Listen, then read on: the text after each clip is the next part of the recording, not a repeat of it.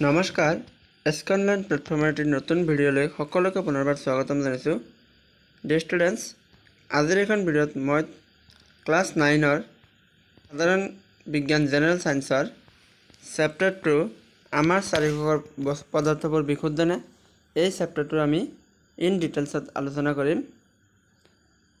বলা তেনেহ'লে পলম নকৰি ভিডিঅ'টি আৰম্ভ কৰিছোঁ। আমি পদাৰ্থৰ বিষয়ে আগৰ চেপ্টাৰত কৰি আহিছোঁ। এতিয়া আমি চাম পদাৰ্থ প্ৰকাৰ কি কি। পদাৰ্থক ইংৰাজীত মেটাৰ অৰ সাবষ্টেন্স বুলি কোৱা হয় আৰু এই পদাৰ্থসমূহক দুটা ভাগত ভাগ কৰিব পাৰি সাধাৰণতে। এটা হৈছে পিয়ৰ মেটাৰ বিশুদ্ধ পদাৰ্থ, আনটো হৈছে ইম্পিয়ৰ অৰ্থাৎ মিক্সাৰ, ইম্পিয়ৰ মেটাৰ অৰ্থাৎ মিক্সাৰ, যাক অশুদ্ধ পদাৰ্থ অথবা মিশ্ৰণ বুলি কোৱা হয়। তাৰপিছত এই বিশুদ্ধ পদাৰ্থক আকৌ দুটা ভাগত ভাগ কৰিব পাৰি। সেই ভাগ দুটা হ'ল এলিমেণ্টছ অৰ্থাৎ মৌল আৰু এটা আছে কম্পাউণ্ডছ, যাক যৌগ বুলি কোৱা হয়। তাৰপিছত আমি চাম ইম্পিয়ৰ মেটাৰ অৰ্থাৎ মিক্সাৰৰ প্ৰকাৰসমূহ। অশুদ্ধ পদাৰ্থ বা মিশ্ৰণ দুই প্ৰকাৰৰ, সেই দুটা হ'ল হোমোজেনিয়াছ মিক্সাৰ সমসত্ব মিশ্ৰণ আৰু এটা আছে হেটাৰ'জেনিয়াছ মিক্সাৰ অসমসত্ব মিশ্ৰণ। ডিয়াৰ ষ্টুডেণ্টছ, এইখিনি যে জনাব বিচাৰিছোঁ, যদি কোনোবাই মোৰ এইটো চেনেলত প্ৰথমবাৰৰ পৰা চাই আছা, প্লিজ চেনেলটো ছাবস্ক্ৰাইব কৰি ল'বা আৰু কাষত থকা বেল বাটনটি অন কৰি ৰাখিবা। বলা তেনেহ'লে আমি এতিয়া এটা এটাকৈ আলোচনা কৰোঁ। বিশুদ্ধ পদাৰ্থ যদি আমি চাওঁ, আমাৰ সৰ্বসাধাৰণ মানুহৰ দৃষ্টিত বিশুদ্ধ পদাৰ্থ বুলি ক'লে কি বুজি পোৱা তোমালোকে?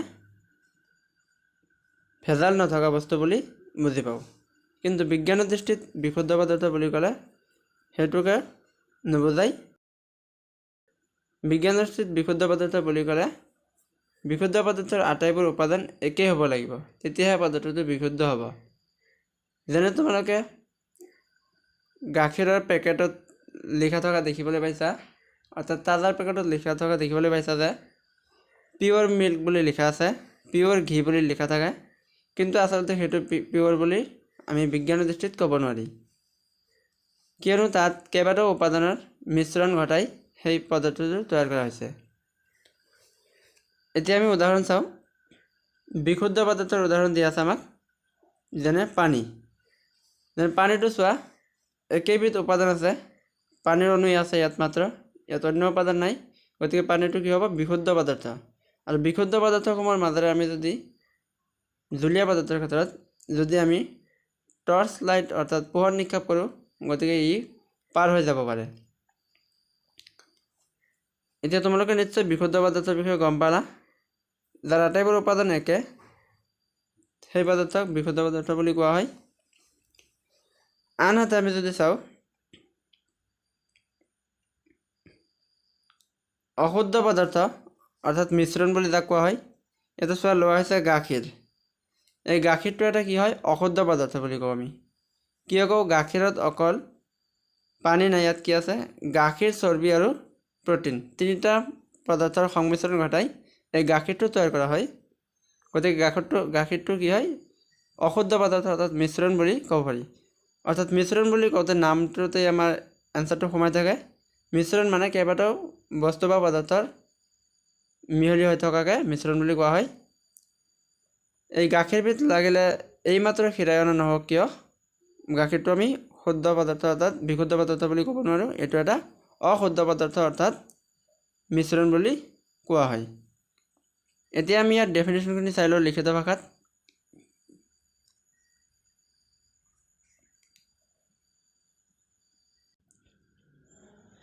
পিয়ৰ ছাবষ্টেন্স অৰ্থাৎ যাক বিশুদ্ধ পদাৰ্থ বুলি কোৱা হয়। যদি পৰীক্ষাত পিয়ৰ ছাবষ্টেন্সৰ ডেফিনেশ্যন দিব দিয়ে, তোমালোকে এইটো লিখিব পাৰা, যিবোৰ পদাৰ্থত কেৱল এটাই মাত্ৰ উপাদান থাকে সেইবোৰক বিশুদ্ধ পদাৰ্থ বোলা হয়। যেনে পানী, নিমখ ইত্যাদি হৈছে কি বিশুদ্ধ পদাৰ্থৰ উদাহৰণ। নেক্সট, মিক্সাৰ অৰ্থাৎ মিশ্ৰণ, যাক অশুদ্ধ পদাৰ্থ বুলি কোৱা হয়। ইয়াৰ ডেফিনেশ্যনটো তোমালোকে দিবা, যিবোৰ পদাৰ্থ দুটা বা ততোধিক বিশুদ্ধ পদাৰ্থৰ দ্বাৰা গঠিত তাক অশুদ্ধ পদাৰ্থ বা মিশ্ৰণ বুলি কোৱা হয়। যেনে আমি লৈছোঁ গাখীৰ আৰু কফি ইত্যাদি। ইয়াৰ পিছত আহিলে টাইপছ অফ মিক্সাৰ অৰ্থাৎ মিশ্ৰণৰ প্ৰকাৰসমূহ। মিশ্ৰণ দুই প্ৰকাৰ আমি জানো, আমি পাইছোঁ আগতে মিশ্ৰণৰ প্ৰকাৰ কেইটা আছিল দুটা আছিল এইটো নিশ্চয় তোমালোকে জানা এটা আছিল হোমোজেনিয়াছ মিক্সাৰ অৰ্থাৎ সমসত্ব মিশ্ৰণ বুলি যাক কোৱা হয় আনটো হৈছে হেটেৰোজেনিয়াছ মিক্সাৰ যাক অসমসত্ব মিশ্ৰণ বুলি কোৱা হয় এতিয়া আমি এই উদাহৰণকেইটা চালে আমাৰ ক্লিয়াৰ হৈ যাব চোৱা কি কৈছে ইয়াতে হোমোজেনিয়াছ মিক্সাৰ ইয়াতে এটা পাত্ৰ আছে এই পাত্ৰটোত কি লোৱা হৈছে অলপ পৰিমাণ পানী আছে আৰু কি দিয়া হৈছে 1 বা 2 চামুচমান কি দিয়া হৈছে ধৰা চেনি দিয়া হৈছে দিয়াৰ ফলত এইটো চামুচেৰে লৰাই দিয়া হৈছে মিহলি কৰি দিয়া হৈছে তাৰপিছত চোৱা তোমালোকে পানীৰ অণুৰ লগত এই চুগাৰৰ অণুসমূহ একেবাৰে দ্ৰৱীভূত হৈ হৈছে অৰ্থাৎ মিহলি হৈ গৈছে এতিয়া যদি আমি পানীখিনি যদি আমি জিভাত দি চাওঁ তেনেহ'লে গোটেইখিনি পানীৰ সোৱাদ একেই পাম আমি মিঠা পানীৰ সোৱাদেই পাম বেলেগ নাপাওঁ গতিকে ইয়াৰ সকলো উপাদানবোৰ আটাইবোৰ অংশতে একে ধৰণৰ পাম অৰ্থাৎ একে ধৰণৰ সোৱাদ বা চোকা হ'ব ইয়াকে সমসত্ব মিশ্ৰণ বুলি কোৱা হয়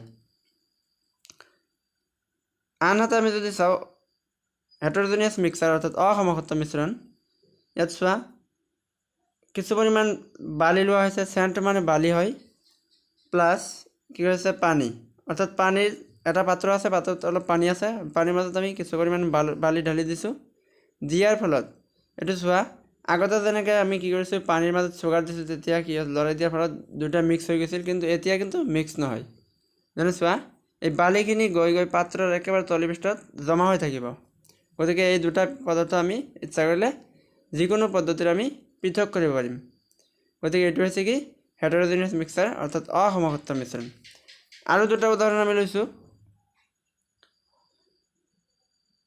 কিছু পৰিমাণে নিমখ লৈছোঁ আৰু অলপ পানী লৈছোঁ এই দুটা আমি যদি মিক্স কৰি দিওঁ মানে চামুচেৰে যদি লৰাই দিওঁ এনেকৈ দিয়াৰ ফলত আমি কি পাম নিমখ আৰু পানীটো কি হ'ব সম্পূৰ্ণৰূপে নিমখ পানীত দ্ৰৱীভূত হৈ যাব আৰু এইটো কি হৈ যাব পানীটো নিমখীয়া হৈ যাব এতিয়া আমি যদি জিভাৰে লাগি চাওঁ বা মানে জিভাত আমি টেষ্ট কৰি চাওঁ গতিকে গোটেই পানীখিনিৰ সোৱাদ সকলো অংশতে সমান পৰিমাণে পাম নিশ্চয় বুজি পালা হোমোজেনিয়াছ মিক্সাৰ অৰ্থাৎ সমসত্ব মিশ্ৰণ এইটোৱে আছিলে ইয়াৰ ডেফিনেশ্যনখিনি আমি তলত চাম উদাহৰণটো বুজি লোৱা উদাহৰণটো মেইন হয় তাৰপিছত আমি হেটেৰোজেনিয়াছ মিক্সাৰৰ অন্য এটা উদাহৰণ চাম বালি আৰু পানীৰ বিষয়ে আমি আগতে পাইছোঁ ওপৰত এইটো একেই হয় এতিয়া আমি আৰু এটা চাম অইল প্লাছ ৱাটাৰ অৰ্থাৎ তেল আৰু পানী তোমালোকে মিক্স কৰি চাইছা কেতিয়াও ইহঁত দুটা মিহলি নহয় ইহঁতক আমি ফিল্টাৰিং কৰিলে পৰিস্ৰাৱন প্ৰণালীৰে দুটাক আমি পৃথক কৰিব পাৰিম গতিকে এইটোৱে আছিল কি হেটেৰোজেনিয়াছ মিক্সাৰ অৰ্থাৎ অসমসত্ব মিশ্ৰণ আশা কৰোঁ নিশ্চয় বুজি পাইছা এতিয়া ডেফিনেশ্যনখিনি চাই লোৱা হোমোজেনিয়াছ মিক্সাৰ সমসত্ব মিশ্ৰণ যিবোৰ মিশ্ৰণত উপাদানবোৰৰ সংযুক্তি সকলো অংশতে একে অৰ্থাৎ সমান পৰিমাণত থাকে তেনে মিশ্ৰণক সমসত্ব মিশ্ৰণ বুলি কোৱা হয় যেনে নিমখৰ পানী চাহ ইত্যাদি হেটেৰোজেনিয়াছ মিক্সাৰ অসমসত্ব মিশ্ৰণ যিবোৰ মিশ্ৰণত উপাদানবোৰৰ সংযুক্তি সকলো অংশতে বেলেগ বেলেগ হয় তেনে মিশ্ৰণক অসমসত্ব মিশ্ৰণ বোলা হয় যেনে পানী আৰু তেলৰ মিশ্ৰণ আমি পানী আৰু তেল যদি মিক্স কৰি দিওঁ কেতিয়াও ইহঁত দুটা মিহলি নহয় ইহঁত দুটাক পৃথকে পৃথকে দেখিবলৈ পোৱা যায় গতিকে এইটো হৈছে হেটেৰোজেনিয়াছ মিক্সাৰ আৰু এটা উদাহৰণ লোৱা হৈছে লোৰ গুড়ি আৰু নিমখৰ মিশ্ৰণ লোৰ গুড়ি আৰু নিমখ আমি যদি মিক্স কৰি দিওঁ ইয়াৰ পৰা আমি লোৰ গুড়িখিনি আৰু নিমখখিনি বেলেগ বেলেগ কৰিব পাৰিম গতিকে এইটো আছিল হেটেৰোজেনিয়াছ মিক্সাৰ আৰু ইয়াৰ মাজত যদি পাৰ্থক্য লিখিব দিয়ে তোমালোকে লিখিবা পাৰ্থক্য আমি পিছত আলোচনা কৰিম তথাপিও অলপ চাই লোৱা কি হ'ব হোমোজেনিয়াছ মিক্সাৰ অৰ্থাৎ সমসত্ব মিশ্ৰণত উপাদানবোৰৰ সংযুক্তি সকলো অংশতে একে থাকে আৰু হেটেৰোজেনিয়াছ মিক্সাৰত সকলো অংশতে বেলেগ বেলেগ হয় সমসত্ব মিশ্ৰণত পৰিস্ৰাৱন প্ৰণালীৰে উপাদানবোৰ পৃথক কৰিব নোৱাৰি কিন্তু হেটেৰোজেনিয়াছ মিক্সাৰত আমি উপাদানবোৰ পৃথক কৰিব পাৰি হোমোজেনিয়াছ মিক্সাৰত মিশ্ৰণৰ বৰণ একেই হয় আৰু হেটেৰোজেনিয়াছ মিক্সাৰত মিক্সাৰৰ বৰণটো বেলেগ বেলেগ হয় আৰু তোমালোকে এই উদাহৰণখিনি দি দিবা চাৰিটা পাৰ্থক্য হৈ যাব এইখিনি হ'লে তোমালোকৰ সাফিচিয়েণ্ট তাৰপিছত আহিল সলিউশ্যন এণ্ড ইটছ কম্পনেণ্টছ অৰ্থাৎ দ্ৰৱণ আৰু ইয়াৰ উপাদানসমূহ। এই দ্ৰৱণ আৰু ইয়াৰ উপাদানসমূহ চোৱাৰ আগতে আমি ইয়াৰ বিষয়ে এটা উদাহৰণ চাই লওঁ। কোনো এটা দ্ৰৱণ হ'বলৈ হ'লে তাক দুটা উপাদানৰ প্ৰয়োজন। এটা হৈছে সলভেণ্ট অৰ্থাৎ দ্ৰাৱক, আনটো হৈছে সলিউট অৰ্থাৎ দ্ৰাব্য।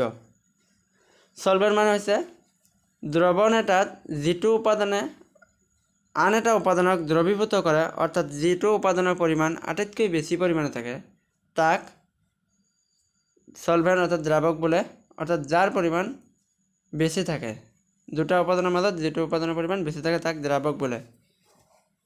আৰু এটা আছে সলিউট। সলিউট কোনটো হয়? যিটো উপাদান দ্ৰৱীভূত হয়, দ্ৰৱ এটাত যিটো উপাদান দ্ৰৱীভূত হয় তাকে দ্ৰাব্য বুলি কোৱা হয়, অৰ্থাৎ যাৰ পৰিমাণ কম পৰিমাণে থাকে তাক দ্ৰাব্য বুলি কোৱা হয়। এতিয়া চোৱা, সলভেণ্ট প্লাছ সলিউট এই দুটা যোগ কৰি দিলে আমি পাওঁ সলিউশ্যন অৰ্থাৎ দ্ৰৱ বা দ্ৰৱণ। উদাহৰণ যদি আমি লওঁ,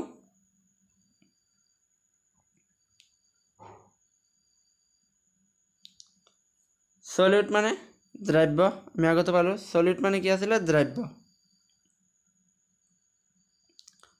এতিয়া চোৱা, সলিউট মানে দ্ৰাব্য, আৰু ইয়াতে এটা ধৰা গোটা বস্তু আছিল, কিবা এটা আছিলে, যিকোনো এটা বস্তু দ্ৰাব্য আছিলে, এই বস্তুটো আমি কি কৰিলোঁ? পানীত ঢালি দিলোঁ, পানীত দি দিলোঁ। ইয়াতে পানীৰ পৰিমাণটো কি হৈ আছে? বেছি হৈ আছে।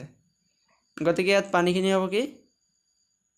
দ্ৰাৱক, আৰু এই পদাৰ্থখিনি হ'ব দ্ৰাব্য। ইয়াত দুটা মিক্স কৰি দিয়াৰ ফলত কি হ'ল? ইহঁত দুটা মিহলি হৈ গ'ল। হোৱাৰ ফলত কি হৈ যাব? এটা দ্ৰৱ বা দ্ৰৱণৰ সৃষ্টি হ'ব। এইটো হৈছে সলিউশ্যন। আৰু এটা উদাহৰণ আমি যদি চাওঁ, এটা পাত্ৰত পানী আছিলে আৰু কিছু পৰিমাণে পানীটো কি হয়? সলভেণ্ট, অৰ্থাৎ ইয়াৰ পৰিমাণ বেছি আছিলে, আৰু ইয়াত কিছু পৰিমাণে কি দিয়া হৈছে? চুগাৰ দিয়া হৈছে, অৰ্থাৎ চেনি দিয়া হৈছে। এই দুটা মিক্স কৰিলে বিক্ৰিয়া ঘটাই ইয়াত দুটা কি সৃষ্টি কৰে? এটা দ্ৰৱ বা দ্ৰৱণৰ সৃষ্টি কৰোঁতে সলিউশ্যন সৃষ্টি কৰে। গতিকে এই পানীখিনি কেনেকুৱা ধৰণৰ হ'ব? মিঠা হ'ব। চেনিৰে যিহেতু মিহলি হৈ গৈছে, গতিকে মিঠা হ'ব। এইটোৱে হ'ব কি? আমাৰ সলিউশ্যন। গতিকে তোমালোকে ক্লিয়াৰ আছা? দ্ৰাৱক, দ্ৰাব্য আৰু সলিউশ্যন এই তিনিটা বিষয়ে নিশ্চয় বুজি পালা। এতিয়া আমি ইয়াৰ ডেফিনেশ্যনখিনি চাম। সলিউশ্যনৰ ডেফিনেশ্যনটো তোমালোকে দিবা,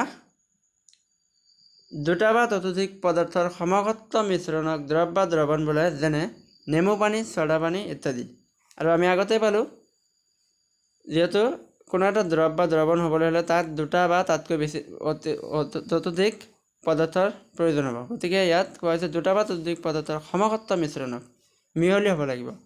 সমঘট্ট মিশ্ৰণক কি বুলি কোৱা হয়? দ্ৰৱ বা দ্ৰৱণ বোলে, যেনে নেমু পানী, ছ'ডা পানী ইত্যাদি। আৰু ইয়াৰ উপাদান দুটা হ'ল সলভেণ্ট অৰ্থাৎ দ্ৰাৱক। আমি আগতে কৈছোঁ, দ্ৰৱ এটাত যিটো উপাদানে আন এটা উপাদানক দ্ৰৱীভূত কৰে, অৰ্থাৎ যিটো উপাদানৰ পৰিমাণ বেছি থাকে তাক দ্ৰাৱক বোলে। আনহাতে সলিউট অৰ্থাৎ দ্ৰাব্য, দ্ৰৱ এটাত যিটো উপাদান দ্ৰৱীভূত হয়, অৰ্থাৎ যাৰ পৰিমাণ কম হয় তাক দ্ৰাব্য বুলি কোৱা হয়। যেনে আমি এটা এক্সাম্পল লৈছোঁ, 100 গ্ৰাম চেনি 500 গ্ৰাম পানীত মিহলি কৰিলে এটা দ্ৰৱ পোৱা যাব। ইয়াত পানীখিনি হ'ব দ্ৰাৱক আৰু চেনিখিনি হ'ব দ্ৰাব্য। কিয়নো পানী ইয়াতে বেছি পৰিমাণে আছে, গতিকে এইটো দ্ৰাৱক হ'ব, আৰু চেনিখিনি কম পৰিমাণে আছে, তাৰ কাৰণে ই দ্ৰাব্য হ'ব, অৰ্থাৎ সলিউট হ'ব। এতিয়া এই দ্ৰৱণৰ আমি কিছুমান ধৰ্ম পঢ়িম। দ্ৰৱণৰ ধৰ্মসমূহ চাই লোৱা। দ্ৰৱ এটা সমঘট্ট মিশ্ৰণ, এইটো আগতেই পাই আহিছা। ইহঁতে পোহৰ ৰশ্মি বিচ্ছুৰিত কৰিব নোৱাৰে। দ্ৰৱ এটাৰ মাজেৰে আমি যদি পোহৰ মাৰি দিওঁ, ইহঁতে পাৰ হ'ব নোৱাৰে। আৰু এটা আছে, পৰিস্ৰাৱণ প্ৰণালীৰে দ্ৰৱ এটাৰ দ্ৰাৱক আৰু দ্ৰাব্য পৃথক কৰিব নোৱাৰি। আৰু ইহঁতক আমি মিক্স হোৱাৰ পিছত ইচ্ছা কৰিলে আমি ইহঁতক বেলেগে বেলেগে পৃথক কৰিব নোৱাৰি। আৰু নেক্সট আছে, ইয়াৰ কণিকাবোৰ আকাৰ বৰ ক্ষুদ্ৰ হোৱাৰ বাবে ইহঁতক খালী চকুৰে দেখা পোৱা নাযায়। চ' ডিয়াৰ ষ্টুডেণ্টছ, আজিৰ ভিডিঅ'ত মই এইখিনিলৈ ডিছকাশ্যন কৰিলোঁ। ইয়াৰ পৰৱৰ্তী ভিডিঅ'ত আমি ইয়াৰ পিছত যিখিনি টপিকছ আছে গোটেইখিনি ডিছকাশ্যন কৰিম, লগতে অনুশীলনীৰ প্ৰশ্নাৱলী কুৱেশ্যন এনচাৰসমূহ ডিছকাশ্যন কৰিম। ধন্যবাদ।